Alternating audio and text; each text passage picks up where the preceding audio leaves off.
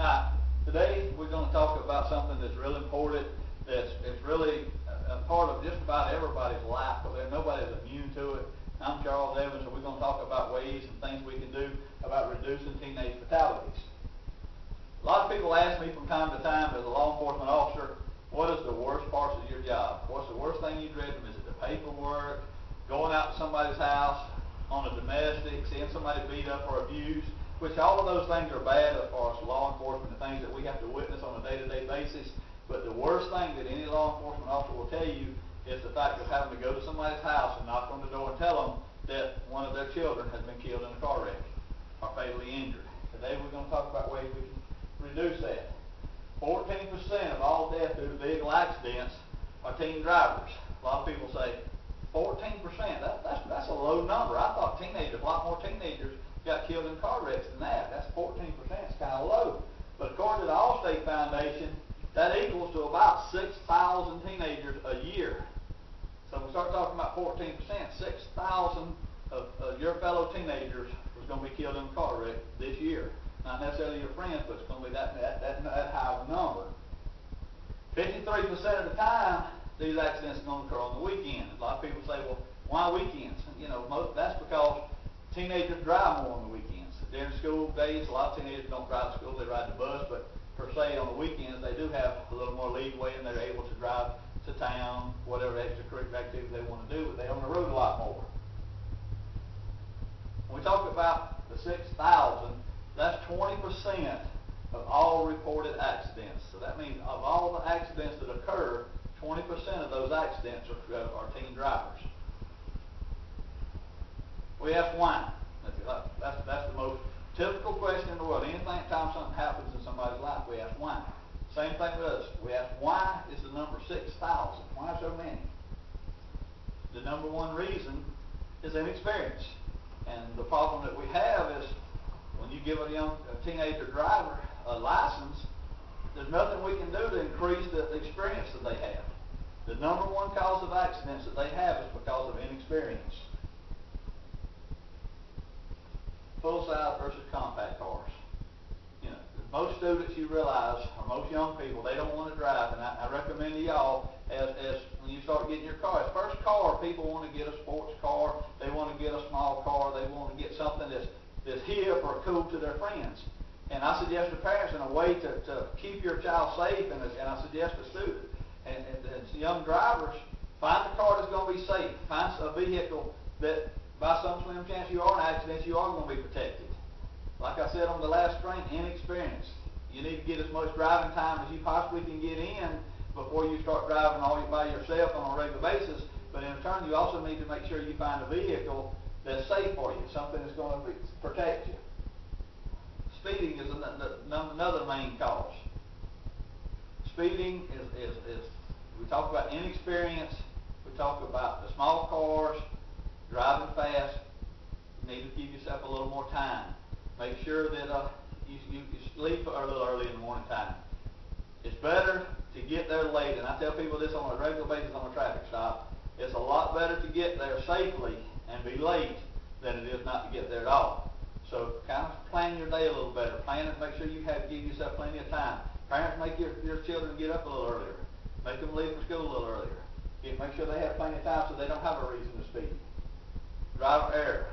A lot of times we think, I can make it, I got plenty of time. That car's not going as fast as I think it should. Don't take chances.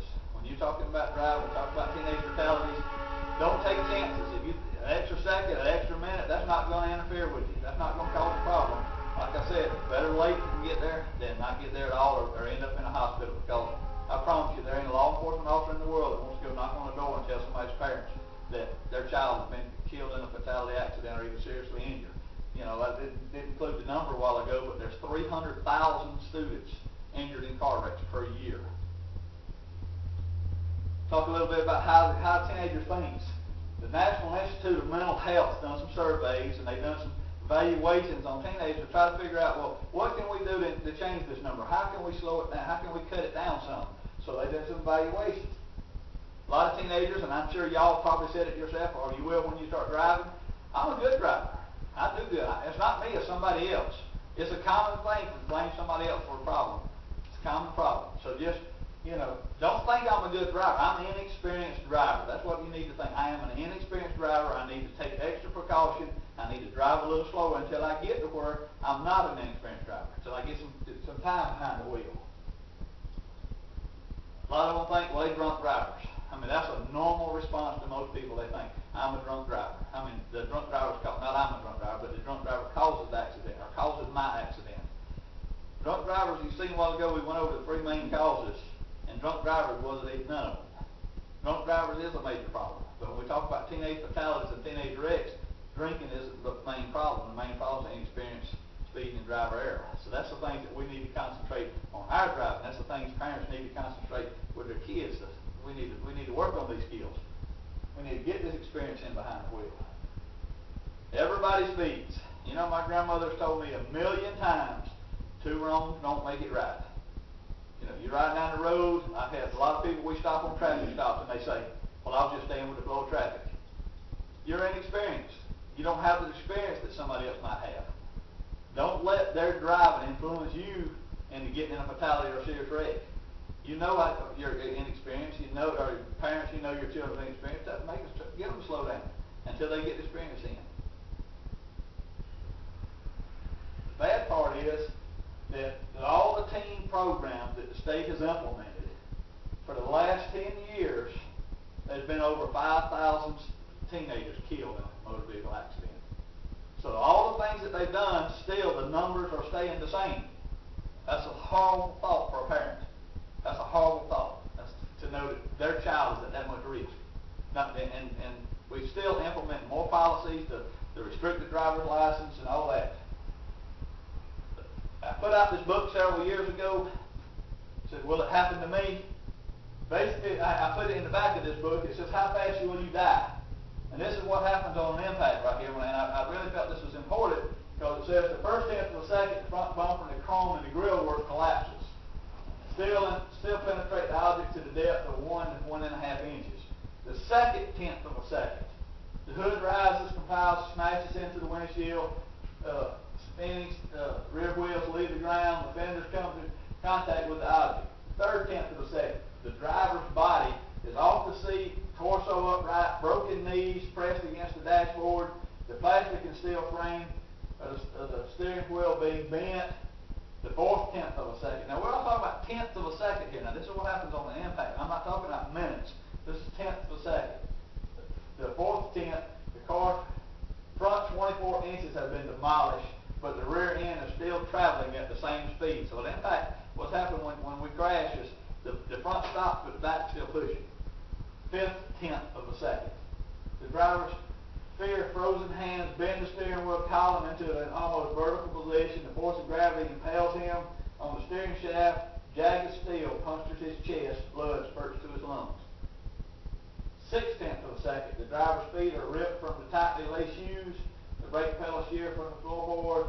The chassis bends in the middle. Steering body bolts. The driver's head smashes into the windshield. The rear of the car begins to downward fall, spinning, wheels digging into the ground. Second tenth of a second, the entire body of the car forced out of shape, hinges tear, doors spring open. One last convulsion, the seats ram forward, pinning the driver against the steering shaft. Blood leaks from the mouth, shocks, he is dead. All this happens in 7/10 of a second. And that's what most people don't realize.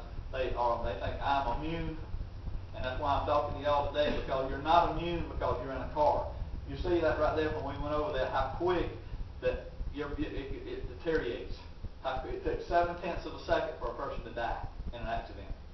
And that's why it's important for y'all and parents alike to talk to kids, talk to your young drivers, and young drivers get as experienced as you can. Don't get in a hurry, don't speed.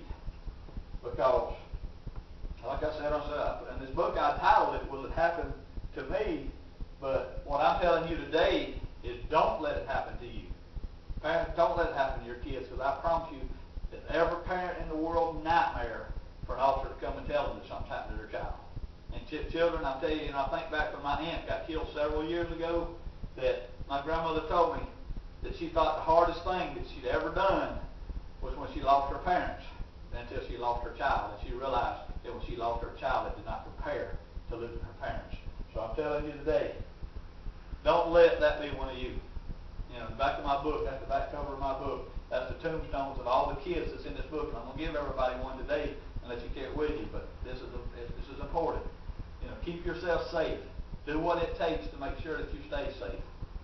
Parents, make sure your kids stay safe. Thank you.